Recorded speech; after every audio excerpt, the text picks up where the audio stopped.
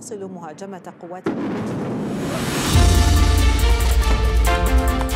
Druze অধ্যুষিত এলাকায় রক্তক্ষয়ী সংঘাতের মধ্যে যুদ্ধবিরতিতে রাজি হয়েছে ইসরায়েল ও সিরিয়া।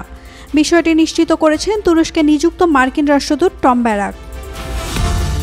গত কয়েকদিন ধরে সিরিয়ার সুয়েদা অঞ্চলের সরকারি বাহিনী, দ্রুজ ও বেদুইন যোদ্ধাদের মধ্যে তীব্র সংঘর্ষে প্রাণ গেছে ৩ শতাধিক মানুষের। এ পরিস্থিতিতে ইসরায়েল দামেস্ক ও সুয়েদায় চালায় বিমান হামলা। ইসরায়েলের দাবি, দ্রুজ সংখ্যালঘুদের রক্ষায় এই পদক্ষেপ। মার্কিন রাষ্ট্রদূত জানান, তুরস্ক, জর্ডান ও প্রতিবেশী দেশগুলোর মধ্যস্থায় অস্ত্রবিরতিতে সম্মত হয়েছে দুই পক্ষ। সিরিয়ার প্রেসিডেন্ট দফতর জানিয়েছে, সহিংসতা বন্ধে বিশেষ বাহিনী মোতায়েন করা হবে, নেওয়া হবে রাজনৈতিক ও নিরাপত্তামূলক উদ্যোগ।